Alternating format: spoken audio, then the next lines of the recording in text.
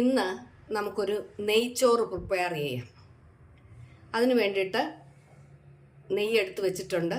ഇത് ബസ്മതി റൈസ് ചോറ് വെച്ചതാണ്. ചോറ് വെച്ചിരിക്കുന്നു.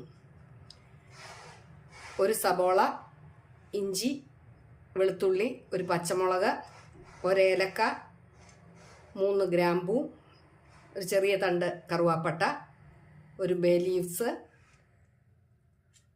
ഇത് കുരുമുളക്, ഇത്ര എടുത്ത് വെച്ചിട്ടുണ്ട്. ഇനി ഇതെങ്ങനെയാണ് തയ്യാറാക്കുന്നതെന്ന് നമുക്ക് നോക്കാം.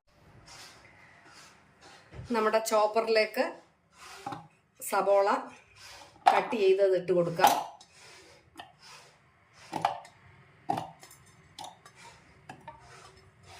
ഇഞ്ചി കട്ട് ചെയ്തിട്ട് കൊടുക്കുന്നു.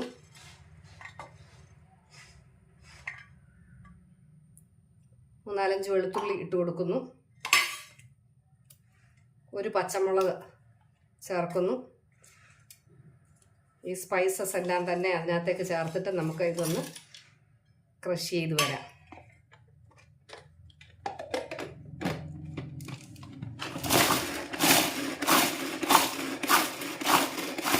ഒരു കടായി സ്റ്റൗവിൽ വെച്ച് നമ്മൾ സ്റ്റൗ ഓണാക്കി കൊടുക്കുന്നു.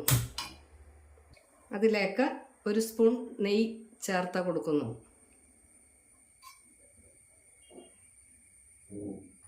നമ്മൾ ക്രഷ് ചെയ്ത് വെച്ചേക്കുന്ന മസാല ചേർത്ത് കൊടുക്കുന്നു. സബോള, ഇഞ്ചി, വെളുത്തുള്ളി, പച്ചമുളക്, കറുവാപ്പട്ട, ഗ്രാമ്പൂ, ഒരേലക്ക, ബേ ലീവ്സ്, ഇത്രയും കൂടെ ചേർത്ത് കൊടുക്കുന്നു.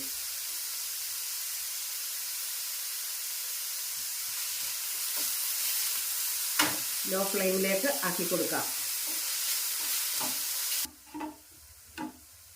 കുറച്ച് ഉപ്പ് ചേർത്ത് കൊടുക്കാം. നമ്മൾ ഉപ്പിട്ട് വെന്ത ചോറാണ്, അതുകൊണ്ട് കുറച്ച് ഉപ്പ് ചേർത്ത് കൊടുക്കാം. ഹൈ ഫ്ലെയിമിലേക്ക് ആക്കി കൊടുക്കുന്നു. നന്നായിട്ടൊന്ന് വഴന്നു വരട്ടെ. കുറച്ച് നെയ്യൂടെ ചേർത്ത് കൊടുക്കുന്നു.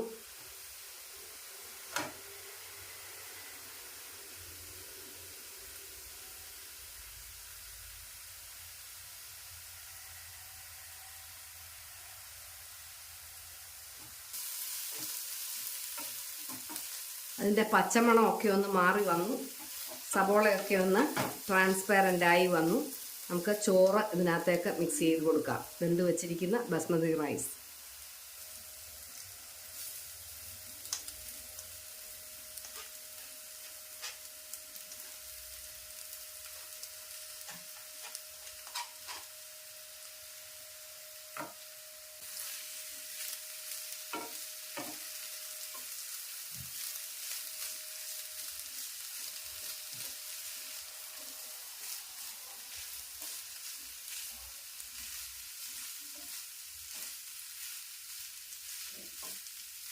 ആ മസാല എല്ലായിടത്തും ആകത്തക്കവണ്ണം നമുക്ക് മിക്സ് ചെയ്ത് കൊടുക്കാം.